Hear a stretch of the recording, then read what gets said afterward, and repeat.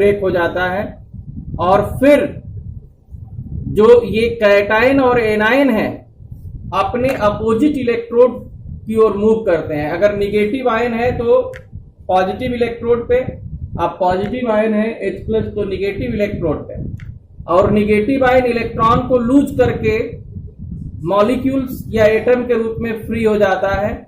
उसी तरह से जो पॉजिटिव आयन है इलेक्ट्रॉन को गेन करके एटम या मॉलिक्यूल्स के रूप में फ्री हो जाता है। तो इसी पर हम लोग फैराडे फर्स्ट लॉ देखेंगे।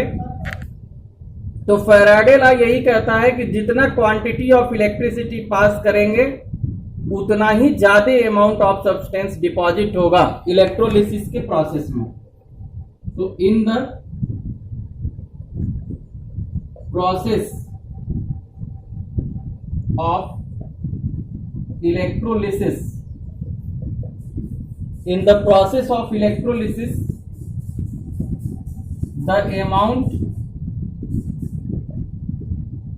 the amount of substance which is deposited at each electrode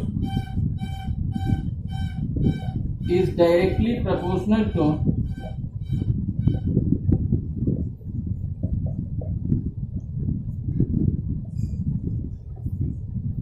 quantity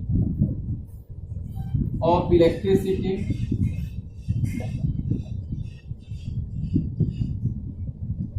which is passed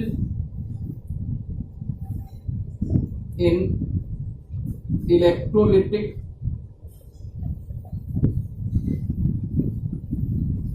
solution। तो समझ लीजिए, in the process of electrolysis the amount of substance which is deposited at each electrode is directly proportional to quantity of electricity which is passed in the electrolytic solution. इसमें जितना आप electricity pass करेंगे उतना ही ज्यादा इस पर जो substance है वो डिपॉजिट होगा, ये इन्होंने कहा था। यानी कि अगर हम मान लेते हैं कि इसका जो अमाउंट है W है और क्वांटिटी ऑफ इलेक्ट्रिसिटी Q है, तो W प्रोपोर्शनल टू Q हो जाएगा और एम्प्लाइज दैट ये प्रोपोर्शनल का साइन हटेगा तो ZQ आ जाएगा। Z क्या है? Z है इलेक्ट्रोकेमिकल इक्विवेलेंट, इलेक्ट्रोकेमिकल इक्विवेलेंट है। और अब Z की वैल्यू कैसे निकालेंगे?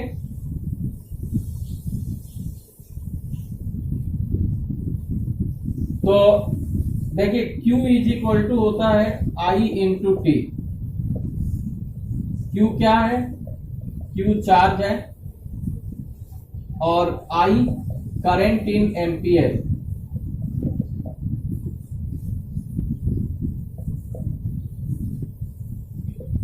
और T टाइम इन सेकेंड है, टाइम इन सेकेंड।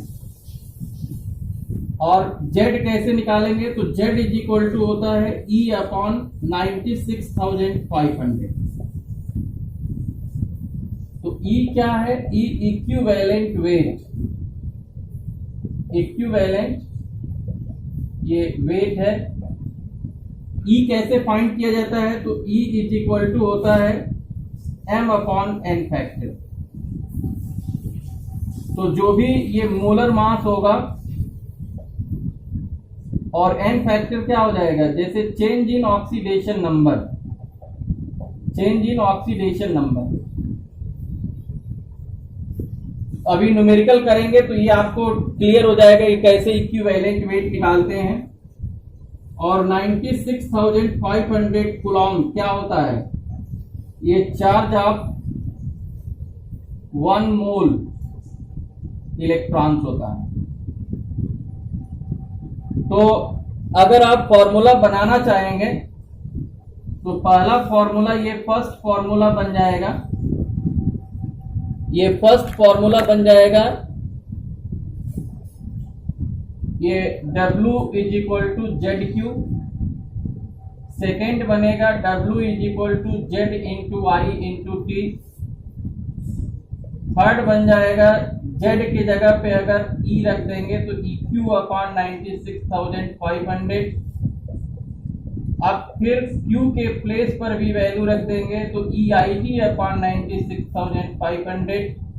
और अगर एक फिफ्थ फॉर्मूला भी इसमें बना सकते हैं तो E के जगह पे आप मोलर मास रख देंगे तो ये N फैक्टर ये नीचे आ जाएगा इंटू 96,500। तो देखिए ये जो फॉर्मूला है ये आपको याद नहीं करना है। ये फैराडे का जो फर्स्ट लॉ है कि W प्रोपोर्शनल टू Q, यानी कि फैराडे ने कहा कि इन the process of electrolysis the amount of substance which is deposited at any metal electrode is directly proportional to quantity of electricity which is passed in the electrolytic solution। तो W proportional to Q हुआ, proportional का sign हटा, W is equal to ये ZQ हो गया और Q के जगह पे I इंटू टी रख दिए तो एक दूसरा फॉर्मूला बन गया। Z के जगह पे E अपॉन 96,500 रख दिए और E के प्लेस पे M अपॉन N फैक्टर रख दिए तो ये एक फॉर्मूला और बन गया। तो ये जो फॉर्मूला बन रहा है ये डिफिनेशन से ही बन रहा है, कंसेप्ट आपको समझना है कि ये बन कैसे रहा है और इसी पर न्यूमेरिकल हम डिस्कस करेंगे। तो इस फॉर्मूले का जो यूज है होगा फैराडे फर्स्ट लॉ का जो न्यूमेरिकल अभी डिस्कस करेंगे, जो एनसीईआरटी का जो कई बार पूछा गया है। तो आइए देखते हैं। एक न्यूमेरिकल है और ये है कि if 0.1978 gram of copper deposited bye A current of 0.5 ampere in 50 minutes, calculate electrochemical equivalent of copper। तो सबसे पहले कोई भी न्यूमेरिकल प्रॉब्लम दिया है तो हम क्या करते हैं, हम ये देखते हैं कि इसमें दिया क्या हुआ है। गिवन, तो इसमें गिवन है ये मास ऑफ कॉपर है, मास ऑफ कॉपर यानी कि W की वैल्यू दी गई है और जो मोलर मास या एटॉमिक मास होता है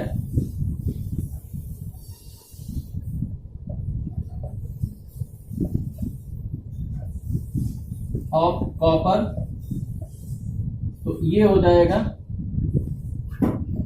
ये M इज इक्वल टू 63.55 ग्राम पर मोल। और कॉपर चूंकि Cu2 प्लस है, 2 इलेक्ट्रॉन को गेन करके कॉपर बन रहा है तो ये चेंज इन ऑक्सीडेशन नंबर जिसको N फैक्टर भी कहते हैं ये 2 - 0.2 हो जाएगा। और क्या दिया है, और ये करंट दिया है I, ये 0.5 एम्पियर है और टाइम दिया हुआ है 50 मिनट और सेकेंड में ये चेंज कर देंगे तो 3000 ये सेकेंड हो जाएगा और E की वैल्यू इसमें निकालना है। तो according to Faraday first law,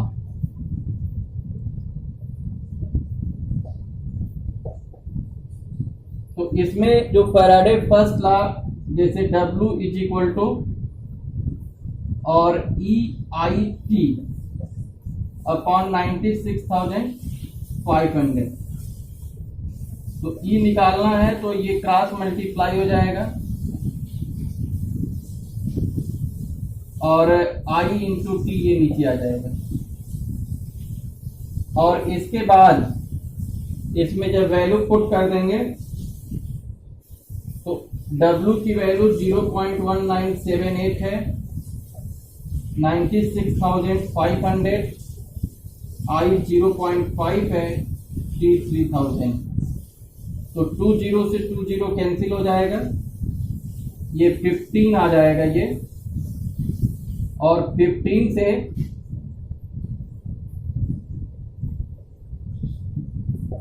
ये 64.3 और जब मल्टीप्लाई कर देंगे तो ये 0.00039296 ग्राम आ जाएगा।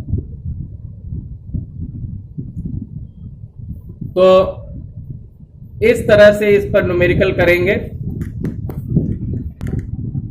ये एक न्यूमेरिकल है एनसीईआरटी का, क्वेश्चन नंबर 15 है एक्सरसाइज का। ए सॉल्यूशन ऑफ निकल nitrate is electrolyzed between two PT electrodes using a current of 5 ampere per 20 minutes. What mass of Ni deposited at electrode? तो देखिए इसमें क्या दिया है, ये करंट जो I की वैल्यू है ये दिया है 5 एम्पियर और टाइम t की वैल्यू दी गई है ये 20 मिनट और ये निकल नाइट्रेट है तो इसमें W इज इक्वल टू हो जाएगा ZQ या EIT अपॉन 96,500 और E की जगह पे M अपॉन N फैक्टर रख देंगे इंटू 96,500। तो ये फॉर्मूला बनेगा, इसका यूज करेंगे। W निकालना है और MIT upon N factor into 96,500। तो जो निकिल है, निकिल का मोलर मास पुट कर देंगे, जो एटॉमिक मास है, करंट दिया हुआ है, टाइम भी दिया है, एन फैक्टर जो चार्ज है +2, तो ये निकल जाएगा। तो ये जो m होता है इसका एटॉमिक मास 58.7 ग्राम पर मोल है। तो यहां रख देंगे 58.7, I की वैल्यू है 5 और t दिया हुआ है 20 मिनट है, इसको सेकेंड में चेंज कर दीजिए और n फैक्टर 2 होता है क्योंकि Ni पर +2 चार्ज है, तो जो चार्ज प्रेजेंट है वही n फैक्टर है और 96,500। तो 10 ये 20 से 20 कट गया, 2 से 2 कैंसिल हो गया और 6 5 30 हो गया, ये 30। अब इसका मल्टीप्लाई कर देंगे, तो ये मल्टीप्लाई करेंगे तो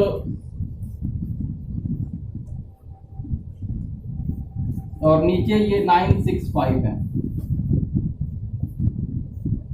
तो 5 1 जा 5, ये 193 आ गया। तो ये टोटल जब आप इसको कैलकुलेट करेंगे तो इसका आंसर आ जाएगा ये 1.825 ग्राम। तो देखिए इसमें ऑलरेडी ये फॉर्मूला हमने प्रूव कर दिया था। एटॉमिक मास ये गिवन रहेगा, दिया रहेगा, I भी दिया है, T भी दिया है, N फैक्टर जो चार्ज होता है, तो सारी वैल्यू मालूम है। W कैलकुलेट करना है, आप एटॉमिक मास पुट कर दिए, करंट पुट कर दिए, टाइम पुट कर दिए, सेकेंड में चेंज कर दिए, n फैक्टर 2 रख दिए और इस तरह से कैलकुलेट कर दिए, तो ये पता चल गया कि कितना उस पर निकल डिपॉजिट होगा। तो ये फैराडे फर्स्ट लॉ है। फैराडे फर्स्ट लॉ का यूज करके हम बता सकते हैं कि इलेक्ट्रोलिटिस के जो इलेक्ट्रोलिसिस का प्रोसेस होता है उसमें कितना अमाउंट ऑफ सब्सटेंस डिपॉजिट होता है। तो आइए नेक्स्ट देखते हैं।